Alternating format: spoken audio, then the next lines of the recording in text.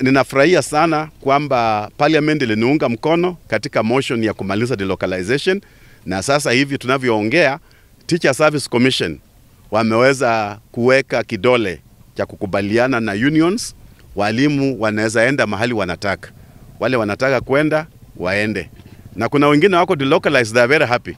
Labda mtu alikuwa anafurukana na bibi yake, sasa amepata mwanya wa kukua peke yake na kukula vyakula vyake kule mbali. Tena hiyo hako sawa sawa. Hata kuna wengine walikuwa delocalized, walikuwa wamekonda, wamenona kwa sababu wametoroka hiyo masaibu ya nyumbani.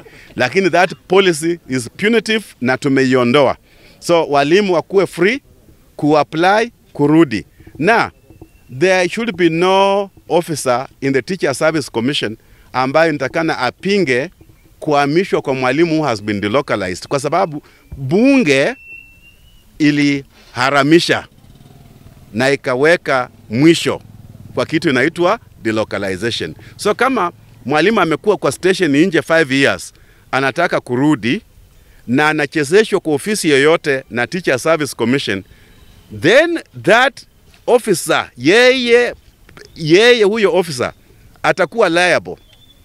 Atakuwa liable kwa kudefy parliament, na yeye binafsi nitamletea watu ikola censor motion ya kungatua yeye huyo yeye. So walimu wasikuwe na wasiwasi, walimu wasinitumie messages, nitoe hapa nipeleke hapa, that's not my work. Sisi tumetoa hiyo punitive policy ambayo ilikuwa imewekwa, so walimu wakuwe free to make the movement yenye wanataka. Na TSC wasiseme kwamba ni ngumu, kwa sababu when you moved them en masse, kwa nini haikuwa ngumu? So saa hii it should not be hard. Kitu ingine ambayo nataka nipeleke petition kwa bunge kusaidia walimu. Walimu ambao walikuwa promoted, senior teachers, deputy principals, watu wamekuwa wakiact for years. Hiyo ina contravene labor laws. Huwezi kuact indefinitely mpaka kukuwe na timelines za kuact, na ndio sababu naenda kwa bunge, nitaweka petition na Teacher Service Commission na pia parliament kupitia kwa budget committee have no choice but kuweka increment ya pesa kwa TSC ili hao ambao walikuwa promoted wawe appraised, wapewe salary increment. Haya, wale ambao wamekuwa wakiact, mtu ana act mpaka ana retire. I have so many issues ambazo nimesikia from across the country na zinaokopesha sana. That is not the way to go. Then we have a problem na yuko hapa Lurambi, pia napeleka hiyo petition kwa bunge, na ni Bukura Agricultural College ambayo kuna agriculture, kuna biology, inafundisha hapo walimu wa diploma. Teachers are trained there for diploma. Lakini sasa ikifika wakati wa kuwa registered na TSC na wakataa. It is not fair. My biology teacher, my agriculture teacher in secondary school, alikuwa a diploma holder from Egerton University.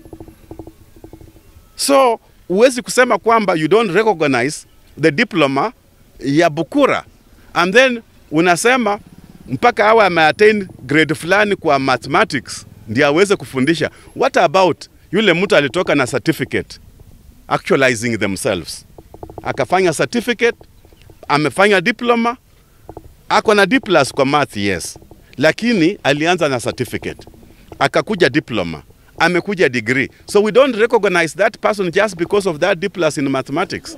So hapo ndio nasema TSC has been very punitive kwa njia yao, na tuko ready to dismantle them. Yile ambayo imeshinda unions this time round, sisi tuko na bidii kubwa kabisa. We shall always call them out so that mambo yao julikane. Sawa sawa.